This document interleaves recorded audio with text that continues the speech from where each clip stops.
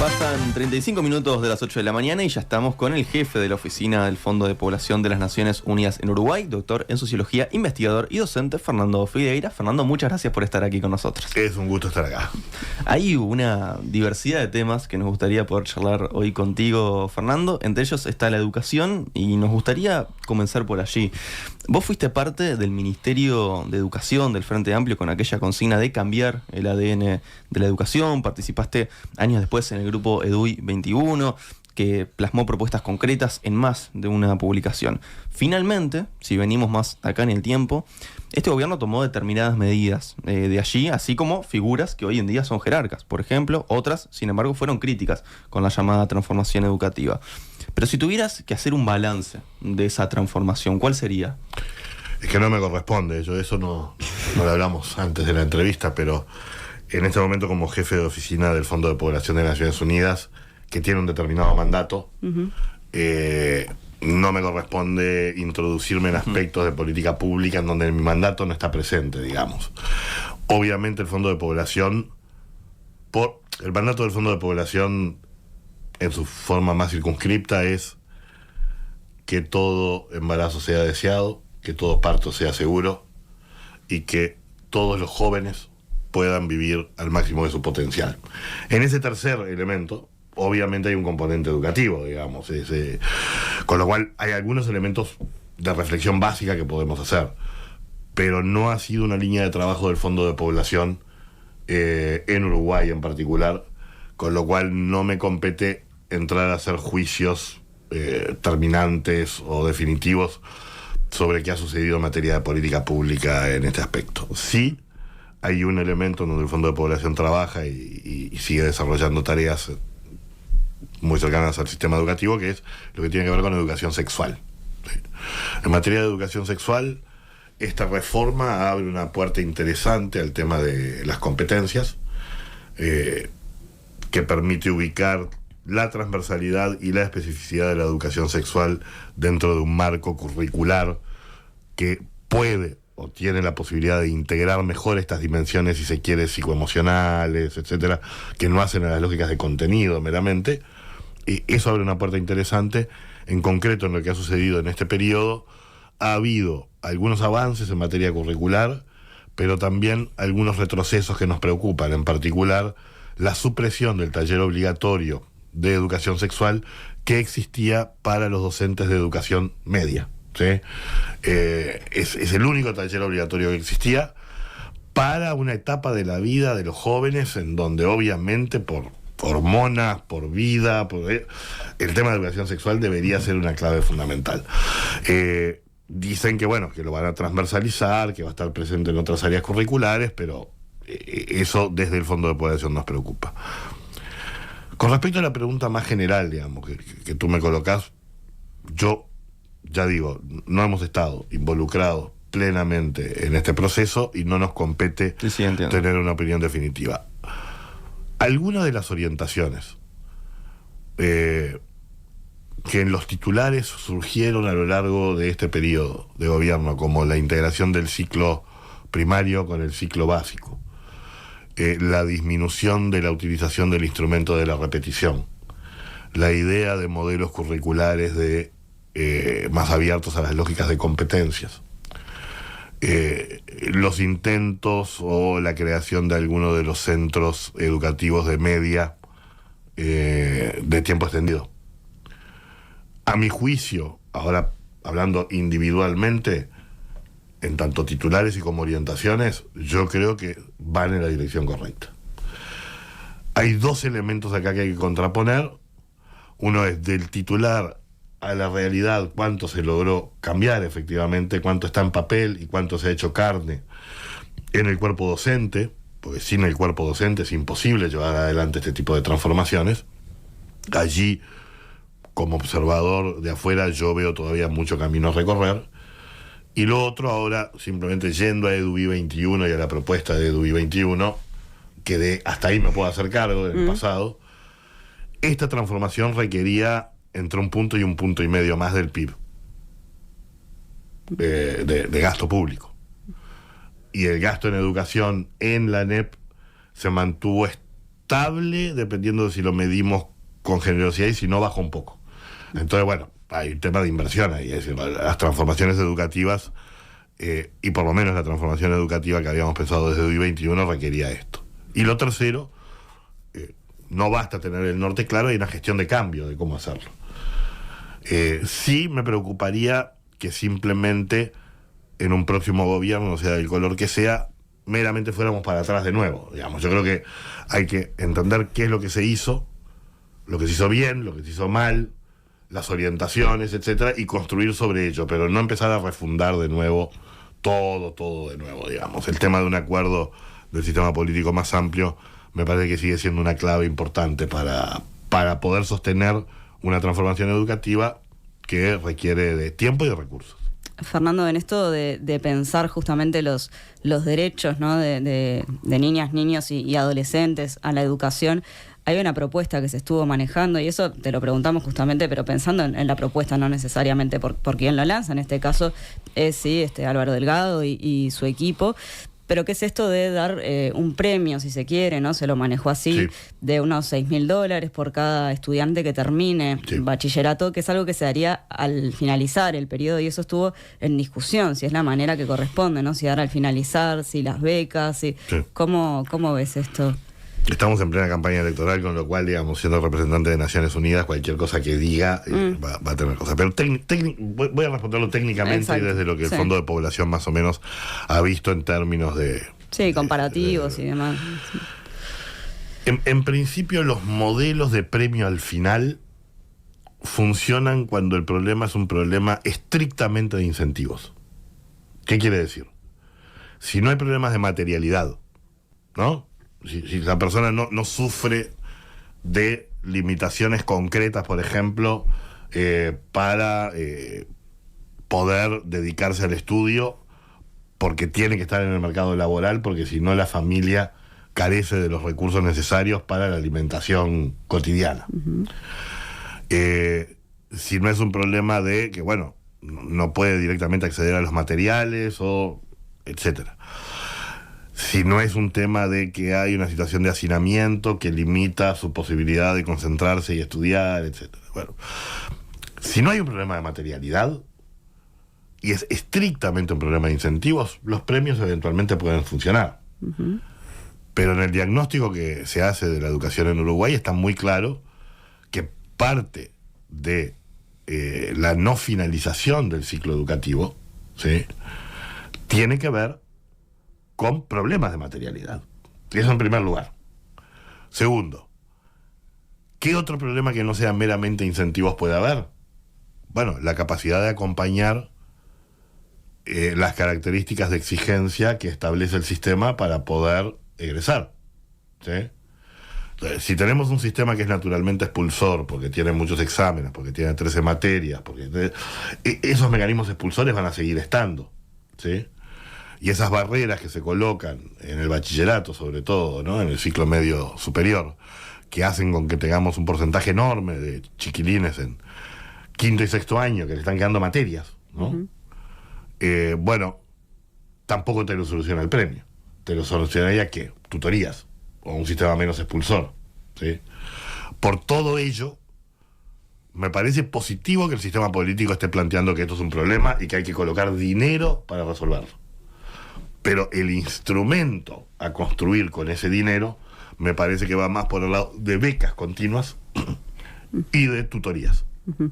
Bien. Y a su vez de trabajar para que el sistema educativo no sea expulsor, sobre todo en lo que son los centros educativos de las zonas periféricas o de las zonas más vulnerables, en donde el modelo de selección de horas, que no cambió en este periodo tampoco, sigue concentrando allí a los docentes más jóvenes, que no pueden agrupar en sí mismo 20 horas continuas dentro de un mismo centro educativo. Sí, que eligen al final, les queda lo peor, entre comillas. Ese problema que los nuevos centros educativos de tiempo extendido intentan solucionar todavía son para una parte muy pequeña del universo. Es decir, que la tarea de seguir construyendo comunidad educativa en los centros de población más vulnerable no va por el tema meramente del premio. Yo usaría dinero para incentivar la permanencia allí, 3 años de corrido, etcétera. O sea, hay un tema de materialidad, por un lado, entiendo, en las casas, en las familias, y por otro lado, problemas del propio sistema educativo. Del propio sistema educativo, y además podemos apoyarlos con becas que acompañen y tutorías que ayuden en la parte de aprendizaje. Entonces, buena noticia que el sistema político esté discutiendo y esté pensando en que hay que colocar recursos en ellos, y se puede abrir un debate interesante en términos de cuál es el instrumento o los instrumentos a construir desde esos recursos adicionales. Bueno, en otro orden, este año se cumplen 20 años de la creación del Fondo de Población de Naciones Unidas en Uruguay. Este organismo, bueno, trabajó con múltiples organismos estatales, con diversas políticas públicas, se desarrolló un trabajo muy arduo para revertir justamente una situación que resumiste de este modo en la diaria, lo voy a leer textual. A inicios del siglo XXI, Uruguay presentaba una configuración de elementos contraintuitivos, un país de medio a alto desarrollo humano, con bajas tasas de fecundidad generales, pero con altos niveles de embarazo adolescente y tasas de mortalidad materna no acordes a los niveles de desarrollo del país. Bueno, ¿cómo es que hizo el país para cambiar este esquema? Hizo muchísimas cosas. Hay, por ejemplo, había un conjunto de muertes maternas que estaban directamente vinculadas al aborto ilegal. ¿Sí? No a la penalización del aborto, por lo cual mujeres que accedían en condiciones insalubres al aborto, que tenían complicaciones posteriores, fallecían. El que era en aquel momento viceministro de Salud, Leonel Brioso, construye, y nosotros como UNSPA en ese momento, un poquito después, fuimos acompañando ese proceso y apoyándolo técnicamente, antes de que se despenalizara el aborto, mecanismos de secreto médico, garantías y todo por el cual las mujeres podían acceder ante cualquier complicación a servicios sin que ello implicara ningún tipo de penalización.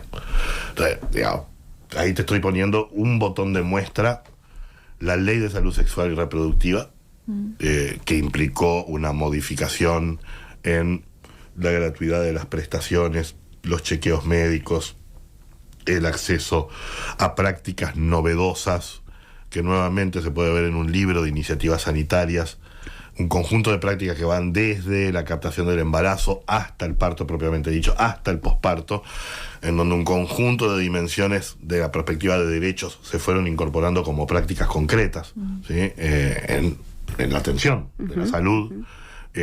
También contribuyeron a la disminución de la mortalidad materna.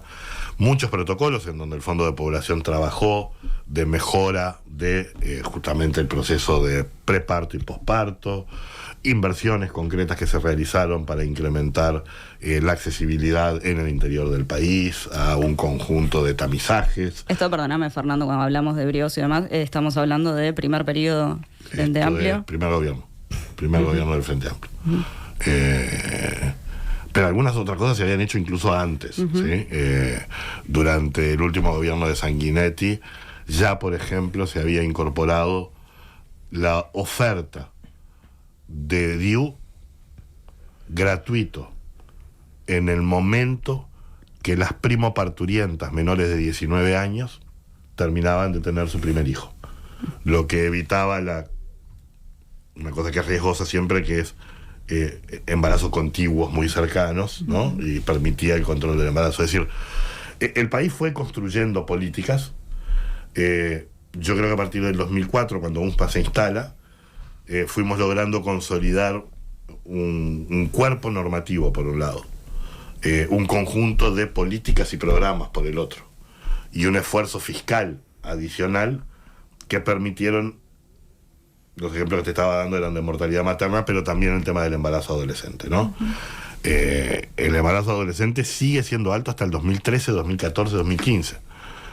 Allí el Fondo de Población con el Ministerio de Salud Pública consigue realizar un conjunto de acuerdos y genera una estrategia interinstitucional que incluye un fortalecimiento de la línea de educación sexual, pero además algo que ya se había conseguido antes, que es que el Estado se hacía cargo presupuestalmente de la compra de métodos anticonceptivos para entregarlos en forma gratuita en el sector público y fuertemente subsidiada en el sector privado.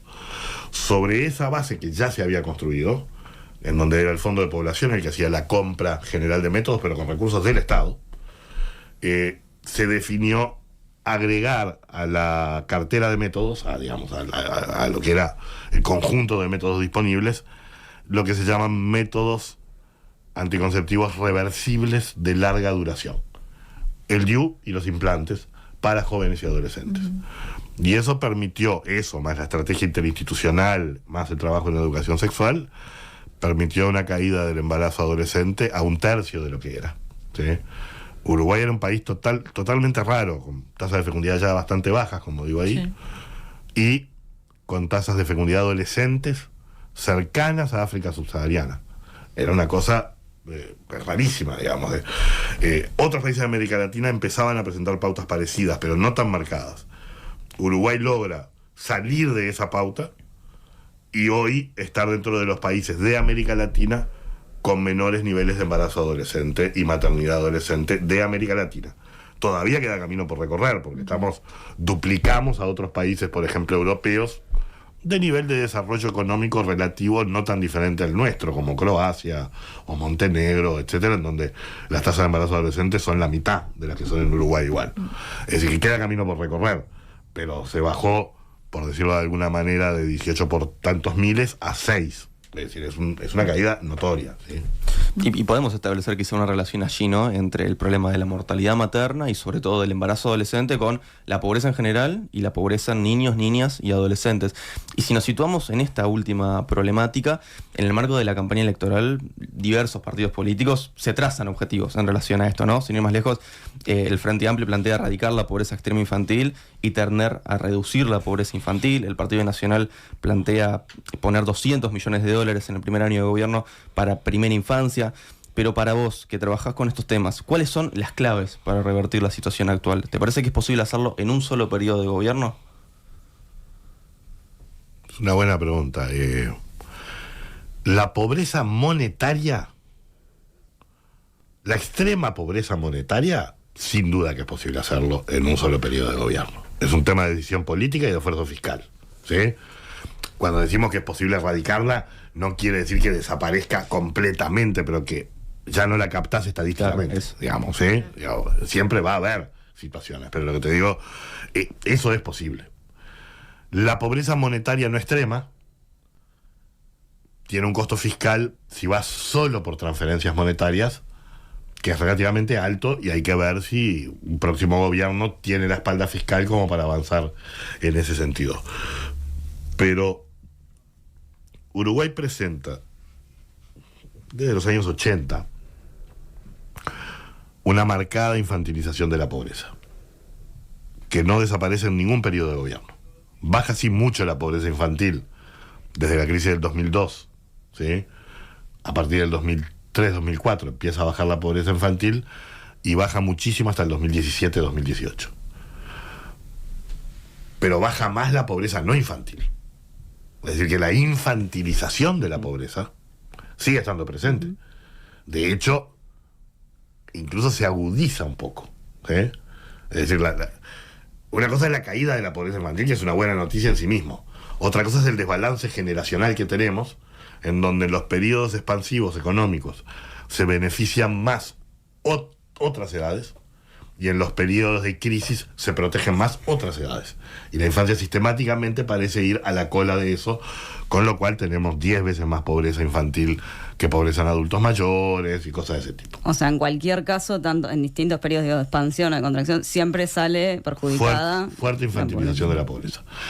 Obviamente, cuando mejora todo, también mejora la pobreza infantil, y eso es positivo, pero mejora menos que la pobreza en otros sectores. Entonces, ese es un problema estructural del país, y requiere de una solución que posiblemente no se da en un solo gobierno. Pero las claves de la vulnerabilidad en la infancia actual a la pobreza, es decir, de esa predisposición a estar cerca de la pobreza o en hogares pobres, están dadas, por un lado, por un sistema de transferencias monetarias que es mucho menos robusto para las familias con hijos pequeños que para otras categorías de población, digamos. Y eso no implica digamos, quitarle a unos para darle a otros. Implica, bueno, cómo podemos hacer más robusto estas transferencias monetarias que requerimos acá. Las asignaciones familiares, la tarjeta Uruguay Social y el bono crianza, aunque uno asume los tres, da por debajo de lo que es una pensión no contributiva a la vejez, por ejemplo, ¿sí? Que es donde hay menor pobreza. Donde hay una población con menor niveles de pobreza, y que nunca se considere esto, que yo creo que hay que sacar de allí para poner acá. Yo creo que lo que hay es que fortalecer de acá para adelante, en la medida en que vamos a poder expandir algunas prestaciones con crecimiento económico, inversión y otras cosas. Hay que saber que acá tenemos un agujero grande y tenemos que trabajar en ello. Pero la parte monetaria es una parte del asunto. La parte de transferencias monetarias te soluciona una parte del asunto, y a la larga vos querés que también estos hogares tengan la capacidad de salir de la pobreza, porque pueden generar ingresos o recursos en el mercado laboral.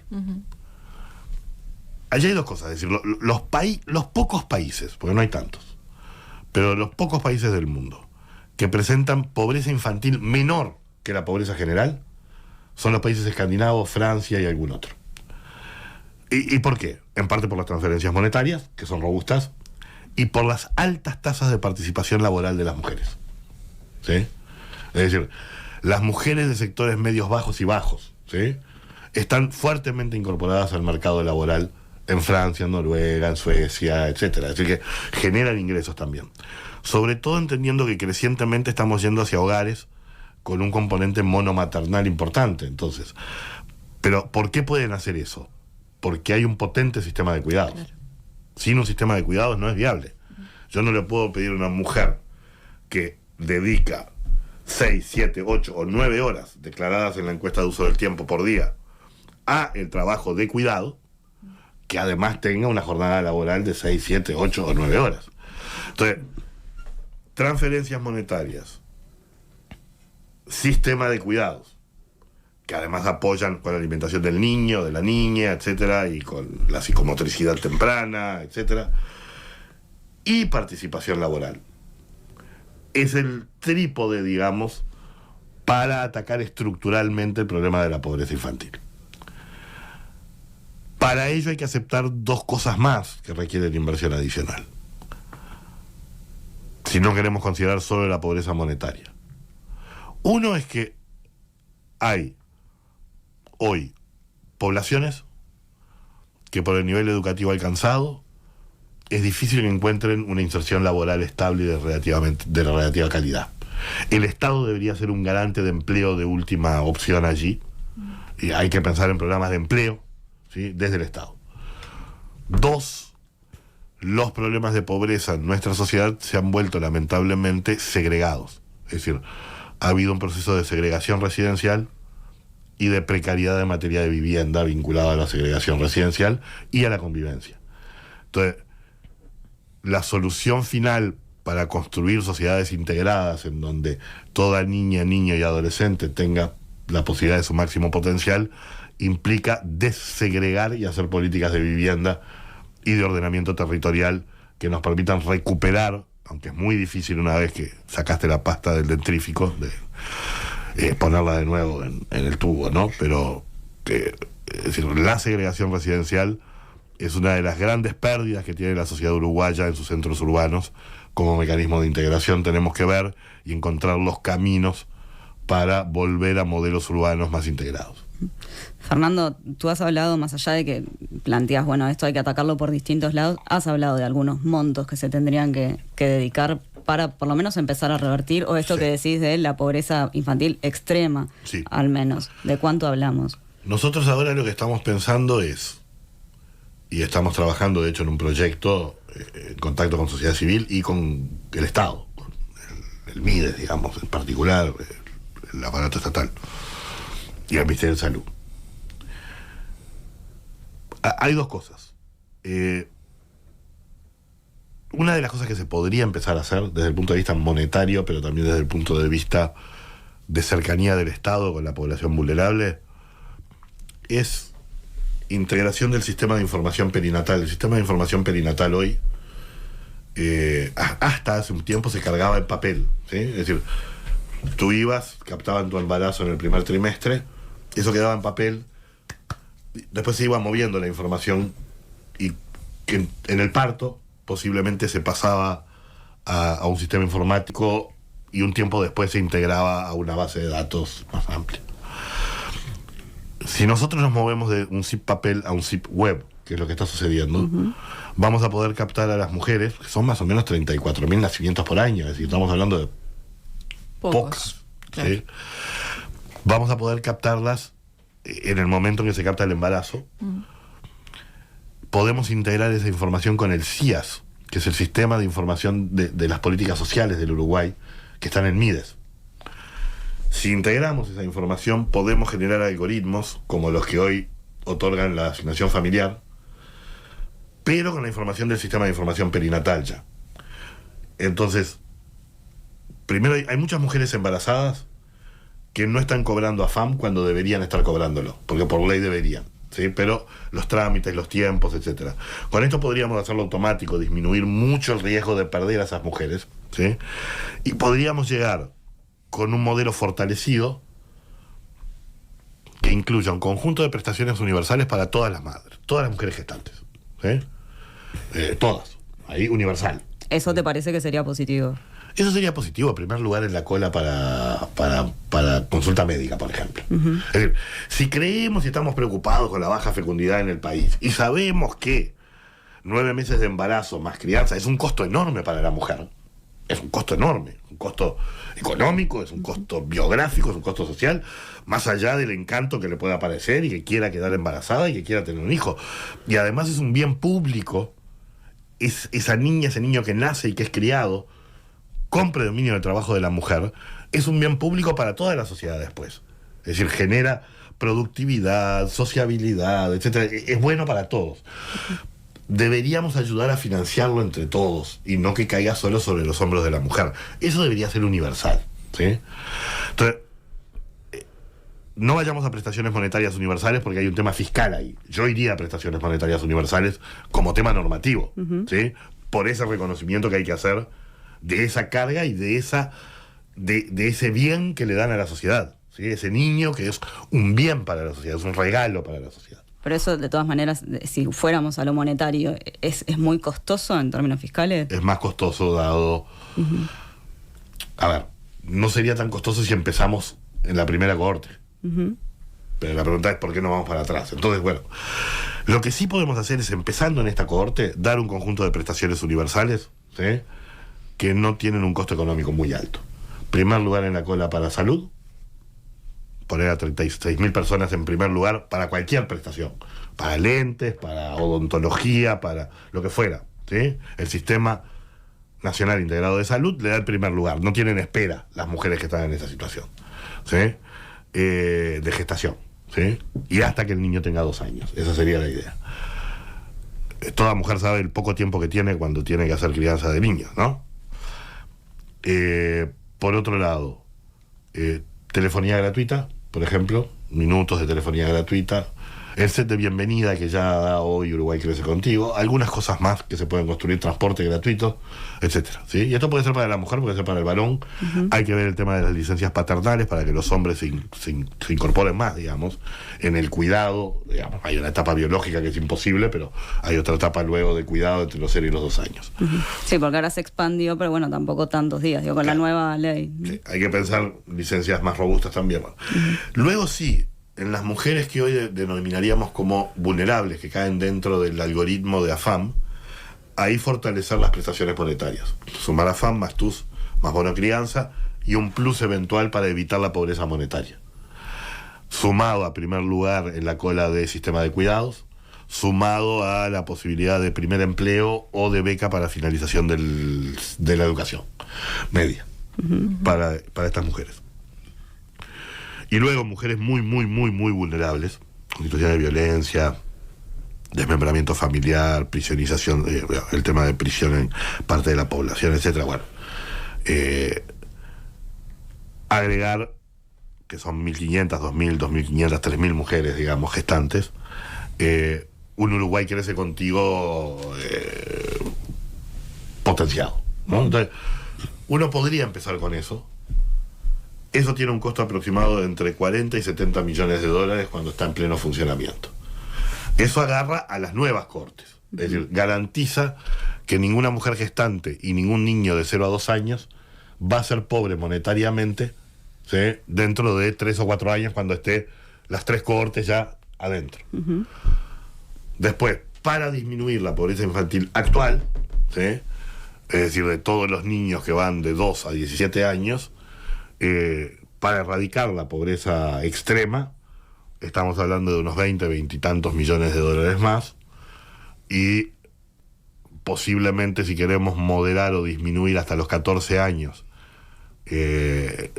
la pobreza en niños entre 6 y 14, digamos, pero ya en sistema escolar y sistema liceal, Gustavo de Armas estimaba para Naciones Unidas unos 100 millones más. Es decir, estamos hablando de una inversión que termina rondando los 200 y algo de millones de dólares.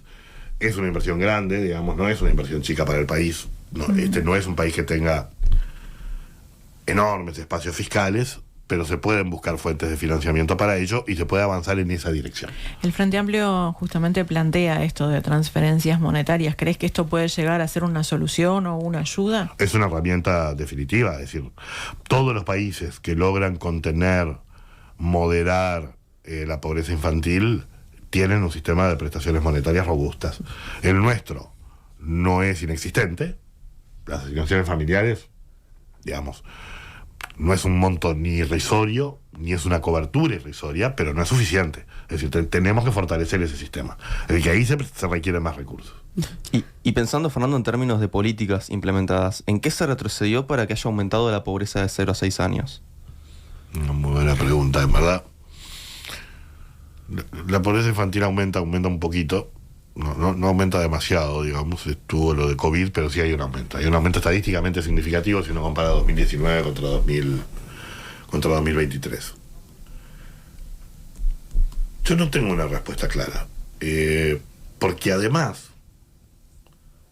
debería haber bajado la pobreza infantil. Por razones demográficas. ¿Se acuerdan lo que conversábamos de que cayó el embarazo adolescente? El embarazo adolescente es predominantemente embarazo pobre. Y cayó más el embarazo adolescente que el embarazo general, en otras edades.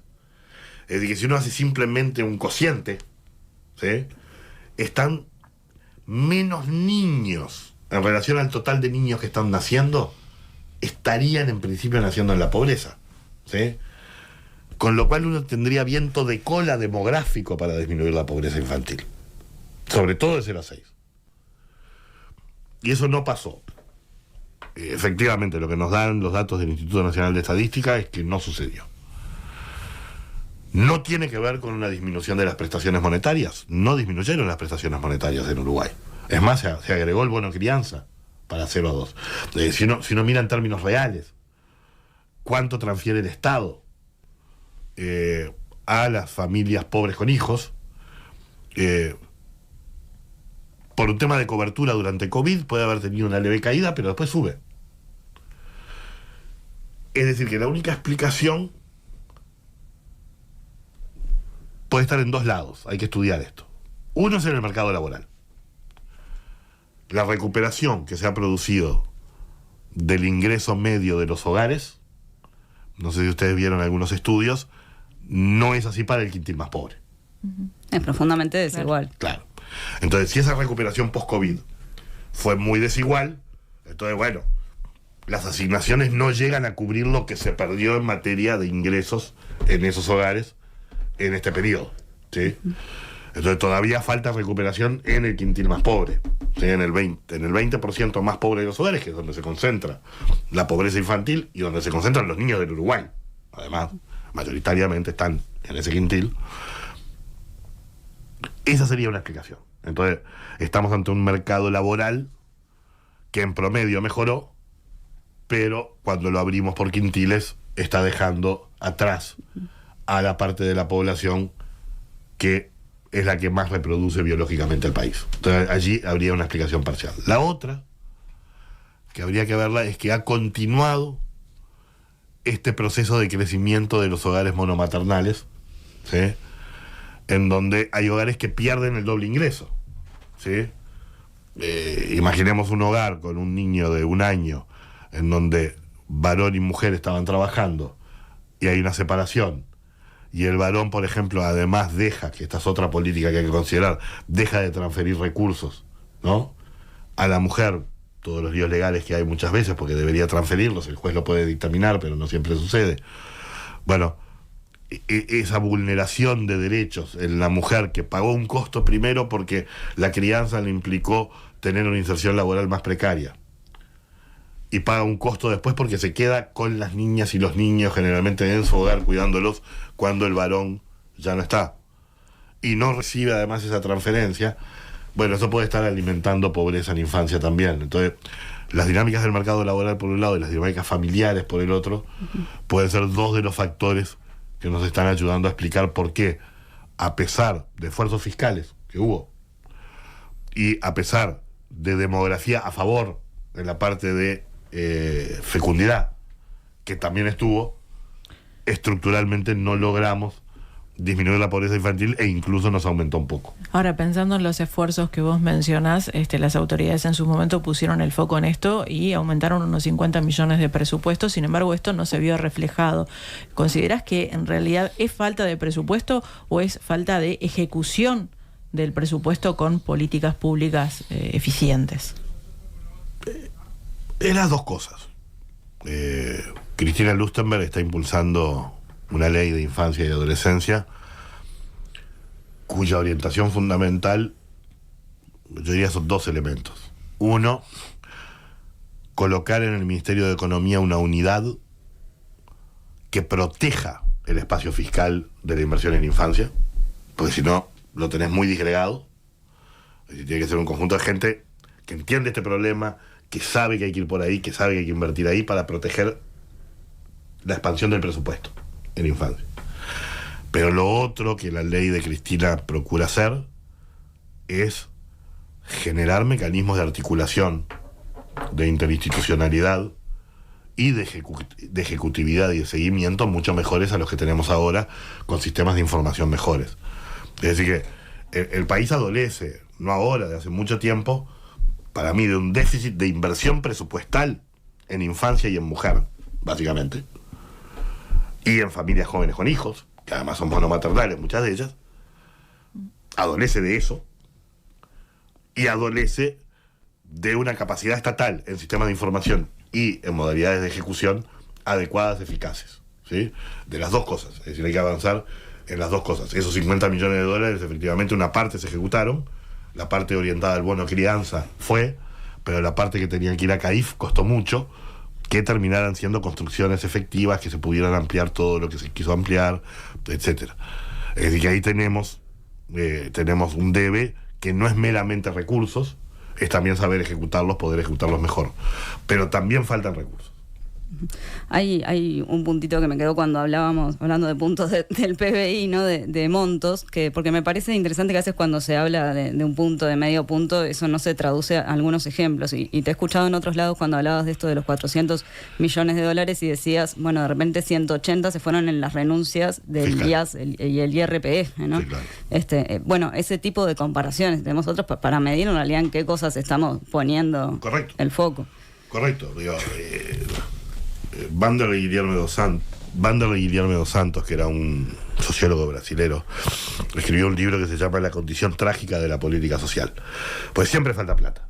En la medida en una sociedad desigual, con pobreza y todo, siempre falta plata que quisiéramos poder tener para generar mejores condiciones.